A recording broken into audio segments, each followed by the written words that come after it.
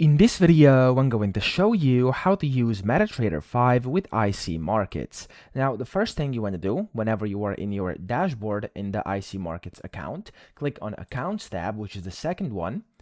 And then here I'm going to showcase this with a demo account. It's going to be very similar with a live account though, so don't worry if you are using a live account.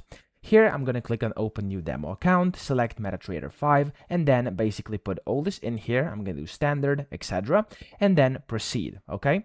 After that, you will have your account over here on the list, and then make sure you actually do know what you're going to need. So we're going to need this over here, the MT5 kind of login. We're going to need the password, which you can reveal by clicking Show Password, and the server as well. Once you have all those three things, you can then go ahead and go to Downloads, and you can just download MT5 right over here to your computer. After you've done this, make sure you actually open up MT5 on your computer like this, and I'm going to put this on a separate tab over here so I can actually see my password. There we go. And inside MT5, click on top left where it says File, click on Open an Account, and then in here, type in IC Markets. Click on Find Your Company.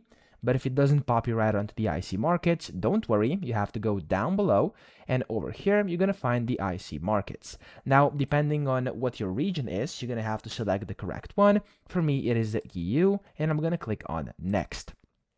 Now here, click on Connect to an existing trade account, and under Login, you should put your account number, so it's this one. Under Password, of course, your password, which you will have to reveal, there we go. And then the server for me is Demo, and then I'm going to click on Finish.